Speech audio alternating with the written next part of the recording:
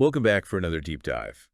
You know I love a good story, and this one is definitely one for the books. I completely agree. It's one of those books you can't put down. So today we're diving into Jesus Killed My Business by Dr. Muthoni Omukhango. I'm excited to dig into this one. Me too. You shared this book because it really spoke to you in your own journey of faith and work, so I'm really looking forward to unpacking it. Yeah. I'll be looking at the big lessons from Dr. Omukhango's life, Sounds good. especially how she ended up finding her calling, Mm-hmm. even with all the crazy twists and turns she went through. Yeah, and she really went through a lot. You're telling me. We're talking childhood prophecies, Right. Oh, yeah. even a dream encounter with the Apostle John on Patmos. That was a wild one. Right. Okay, so let's start from the beginning. Okay. So Dr. Omukhango grew up in Kenya. Okay. She was really immersed in the Pentecostal movement, Right. which, for those who might not be familiar, Pentecostalism is like a branch of Christianity. Mm-hmm. It's known for spiritual gifts like speaking in tongues, prophecy, divine healing, that kind of thing. Yeah, so pretty intense. Yeah, exactly. So now imagine you're a teenager in this world and you get this powerful prophecy Whoa. that you're going to be a minister. Huge. Yeah, and that's exactly what happened to Dr. Omukhango. So what does she do? Well, that's where things get interesting because, Yeah. For Pentecostals, prophecies, they carry a lot of weight. Definitely they're seen as direct messages from God. Exactly. About your future, no less. Wow, so that must have felt like a huge responsibility. Right. But here's the thing. What's that? Dr. Omukhango also had these huge dreams about becoming a successful entrepreneur. Oh, wow. So like a conflict there. You could say that. She even imagined owning a bank. Seriously? A whole bank? What would she call it? Get this, the Bullion Bank. Catchy. I wonder if she had like a logo in mind. Haha, maybe. But her idea was to use all the profits to fund God's work, Oh, wow. That's really interesting. like supporting missionaries, building churches, So in a way, she was still planning to serve God. definitely, but through her own business. Right. So it's like, on one hand, she had this spiritual calling to be a minister, Mm-hmm. but then on the other, she had this burning passion for business. Talk about a dilemma. How did she reconcile those two things? Well, she actually tried. Okay, how so? Her vision for this bank, Yeah. it was like her way of trying to merge those two passions, Oh, that's really smart. like bringing her faith and her love of business together. Wow. I can see how that would appeal to her. Yeah, it's like she was trying to find this path where those two things weren't in conflict. That makes a lot of sense. But then there's this whole dream encounter she had with the Apostle John on Patmos. Oh, yeah. We can't forget about that. I know, right? It's like Oh. another layer of complexity. Definitely. So for those who need a refresher, John was exiled to the island of Patmos, Right. and that's where he wrote the book of Revelation. Exactly, and it's intense. Yeah. So this dream comes to Dr. Omukhango while she's reading Revelation. That's amazing. So was she like transported to the island in her dream? Basically. And she has a conversation with John where he's explaining all the mysteries of the book. Wow, like a personal Bible study with the apostle himself? Pretty much. But here's the thing. What's that? She couldn't remember all the specific details when she woke up. Oh, no. That's too bad. I know. But even without all the details, the dream still left this huge impression on her. Yeah, I can imagine. It was like this confirmation that God had this special plan for her life. Wow. So you'd think with a prophecy and a dream like that, she'd be heading straight to seminary. You would think, right?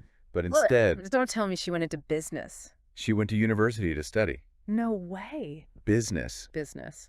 It's like she was pushing back against her calling at first. Well, yeah, I mean, it's not unusual for people to question their calling, especially when it doesn't fit with what they want or what they had planned. Yeah, I get that. And I mean, she was clearly drawn to business and she had that entrepreneurial spirit. Yeah, it was almost like she was trying to make her own path, even though she had all these spiritual signs pointing in a different direction. Right. So that must have really impacted her faith. It did.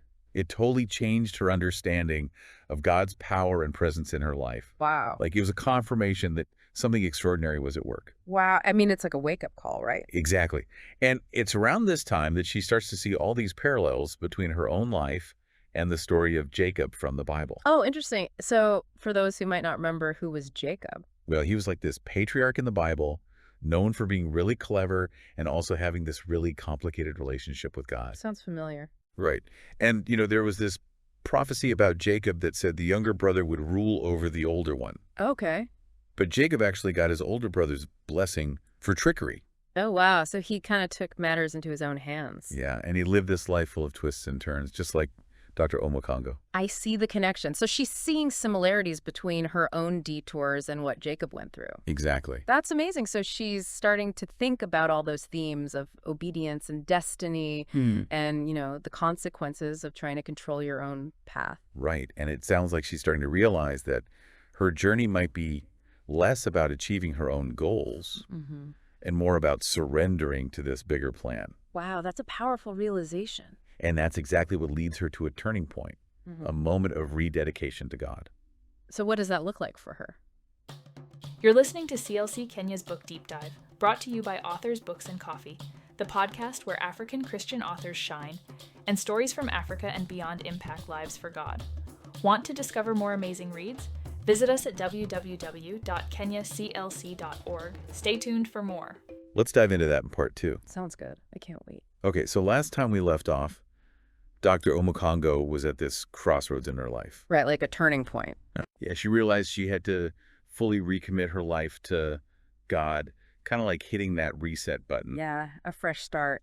I'm curious, what did this rededication actually look like for her? Well, it wasn't like a huge emotional thing. Oh, It was more like a conscious decision. Like she made a deal with God. Oh, interesting. Tell me more about that. So she was basically like, okay, God, if you guide me back to a life of purpose and fulfillment, then I'll serve you with everything I've got. Wow. So powerful. It's like that moment with Jacob at Bethel in the Bible. Right, when he sets up a stone. Exactly. A symbol of his commitment. Wow, and she actually talks a lot about those memorial moments in the book. Oh, that's right. Like tangible reminders of our promises to God. Exactly. They keep us grounded. Yeah, totally. But then life throws her a curveball. Oh no, what happened? The 2007-2008 Kenyan political crisis breaks out. Oh, wow, that's right. I forgot about that part. And she has to flee her home. Everything's just up in the air. Seriously. Talk about a time of intense fear and uncertainty. I can only imagine. She faces all these setbacks, like she has to rebuild her life over and over. Wow, that's rough. It really highlights how unpredictable life can be, Totally, even when you think you've found some stability. Yeah, exactly. But then something really cool happens. What's that?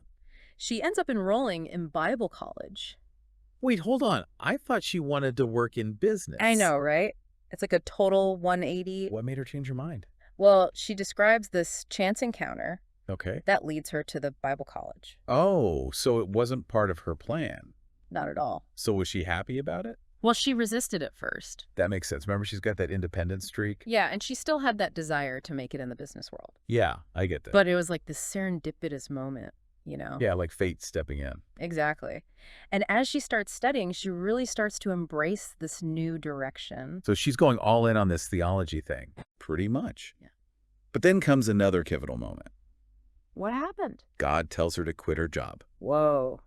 Out of the blue. Pretty much. Talk about a leap of faith. Seriously. She had a job she was providing for her family. Yeah. And then God's like, nope, quit it all. I bet that was terrifying. It was. But you have to remember, she'd already seen God's power in these amazing ways. Right. It wasn't just blind faith. Yeah, it was faith built on experience. So it's like trusting that God has a bigger plan, even when it means taking a risk. Exactly. And get this, during this whole unemployment period, Yeah. she shares these stories about how God provided for her. Oh, wow. Like what? Like her landlord just forgot to collect rent for an entire year. Seriously. That's insane. I know, right?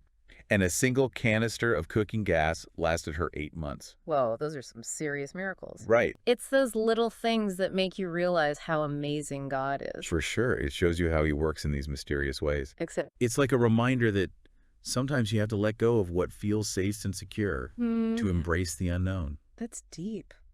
So did she explore that idea more? She did. She talks about reading When Women Walk Alone during this time. Oh, I've heard of that one.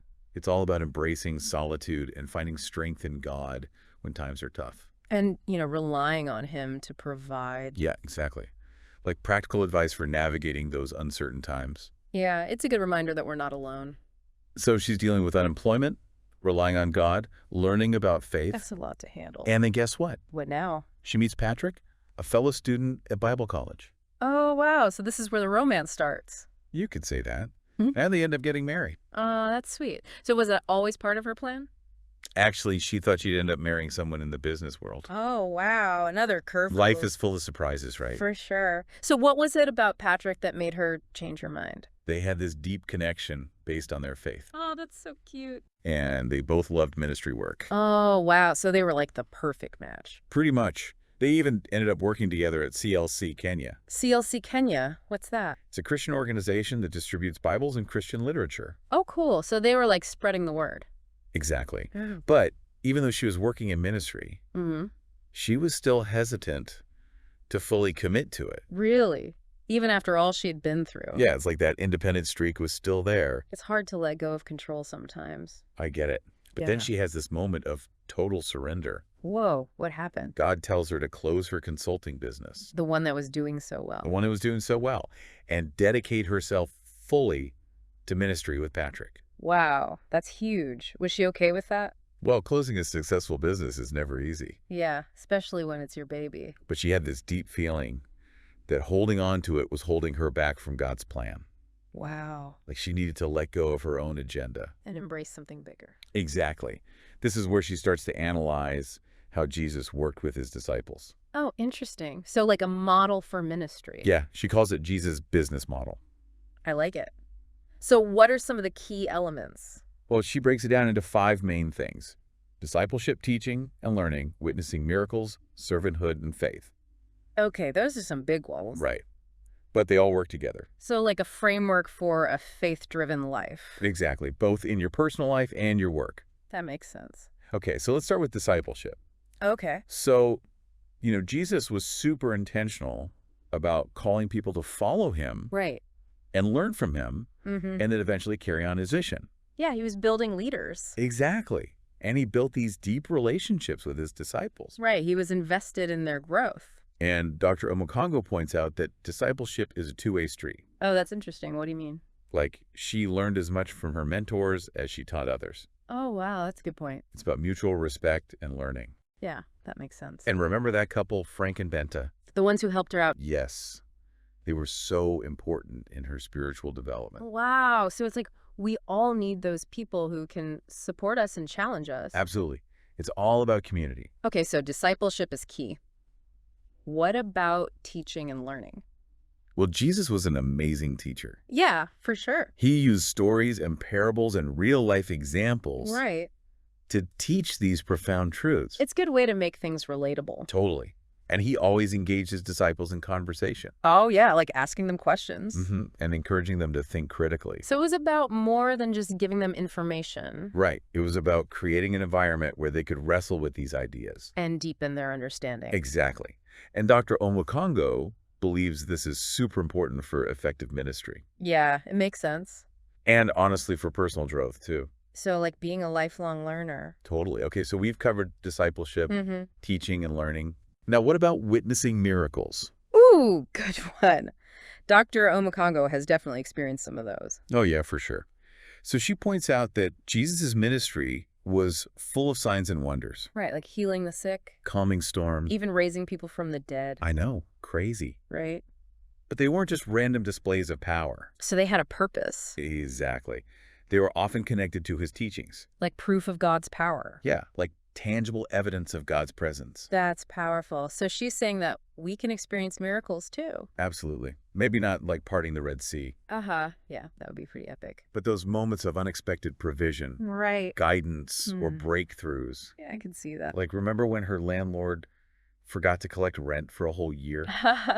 Yeah, that definitely counts as a miracle. Right. Those small miracles can be so impactful. Yeah, they remind you that God's working even in the little things. Exactly. Okay, so moving on, we've got servanthood. Ah, yes, that's a big one. How does that fit in with Jesus's model? Well, Jesus always put others first. Right, he was always serving. He washed his disciples' feet, healed the sick. And ultimately gave his life for us. Yeah, talk about radical humility. So how did Dr. Omukhango and Patrick put this into practice? They focused on empowering others, Okay. not on building their own empires. Yeah, that makes sense. Like they went above and beyond to support African authors. Oh, wow, really? They helped them get published and reach a wider audience. Wow, that's amazing. So it's like using your platform to lift others up. Exactly. Not just to promote yourself. That's a great example of servant leadership. I agree. Okay, last but definitely not least, we have faith. Ah, the foundation of it all. Right. So for Dr. Omukhango, faith is like the bedrock. It's what everything else is built on. Yeah, it's that unwavering belief in God. Even when things are tough. And her story is proof of that. She never gave up. Right. So what was her secret? Well, she was always working on her relationship with God. Studying the Bible, praying, seeking wise counsel. Yeah, she talks about building a mature faith, one that can handle anything life throws at you, So it's about deepening that trust in God. even when things don't make sense. Right. And she says faith isn't passive. What do you mean? It's not just about believing, it's about acting. No, okay. Like stepping out in obedience even when you don't have all the answers. That's a good point. Like those disciples who left everything to follow Jesus. Yeah, they had no idea where they were going. They trusted him. And that brings us to Dr. Omukhango's overturned pyramid experience. Right. Where everything falls apart. It's like a reckoning. Where she has to face the consequences of her choices. Exactly. And it all starts with this story about hiring the wrong staff. Oh, yeah. What happened there? Well, she had good intentions, Okay. but her choices weren't lining up with God's plan. Oh, I see. And it almost caused the whole ministry to collapse. Wow, that's intense. It really was. So it's like she was trying to control things. Yeah, like force it all into her own mold. Right? But God had other plans. Yeah. And then comes that Gideon experience. Oh, yeah, where they have to let go of almost all their staff. I know, that must have been so tough. It was. But it was also a really important step. Right, like it was a necessary pruning. Yeah, it's like sometimes God strips away what we think we need, To show us what we truly depend on. which is Him. Exactly. It's like a refining process, you know? Yeah, totally. Like getting rid of all the excess to reveal the core of what God's calling you to do. I love that analogy. And it's in that surrender, that vulnerability, Yeah. that we often discover our true strength and purpose. So powerful. And sometimes that surrender brings unexpected blessings. Oh, totally. Like what happened with the COVID-19 pandemic. Oh, yeah. Years before, God had told her to build a strong online presence, but they kept putting it off. Yeah, I do that sometimes too. But then when the pandemic hit and everyone went online, they were ready. exactly. Yeah. It's like all those years of waiting suddenly made sense. Wow. Talk about divine timing. Right. It's like what we might see as setbacks or delays could actually be God setting us up for something amazing. That's a good way to look at it. And it's something we see throughout the Bible, too. Like with Abraham and Sarah waiting for a son Yeah. Or Joseph being sold into slavery. and then becoming like second in command in Egypt, Exactly. It's all about trusting in God's timing, while also using that time to prepare. which is what Dr. Omukhango did. Right. She didn't just sit around and wait. She- She was actively preparing for her next chapter. Even though she didn't know what it would be. That takes a lot of faith. It does. You know, this deep dive has been so thought-provoking. Yeah, me too. It makes you think about those times when you felt pulled in different directions. Yeah, or when your plans totally clashed with what you felt called to do. Exactly. What's been the biggest takeaway for you? Honestly, it's that reminder to just surrender to God's plan. Even when it seems crazy. Especially when it seems crazy. Like, let go of my own agenda and trust that God has something better in mind. That's so good. Well, Dr. Omukhango's journey, as told in her book, Jesus Killed My Business, is a powerful testament to what happens when we surrender to God's purpose. It really is. It challenges us to rethink our own ideas of success. And ask ourselves some tough questions. Like, are we chasing our own dreams? Or are we open to embracing the unknown and trusting in God's timing? It's a powerful message. It is. Dr. Omukhango's story is full of these aha moments Definitely. that remind us that even when things fall apart, it could be God setting us up for something incredible. I love that. Thank you for joining us on this book deep dive by CLC Kenya. To grab your copy, visit us at www.kenyaclc.org. Until our next dive, let's continue to impact lives and spread God's truth through Christian literature. See you next time.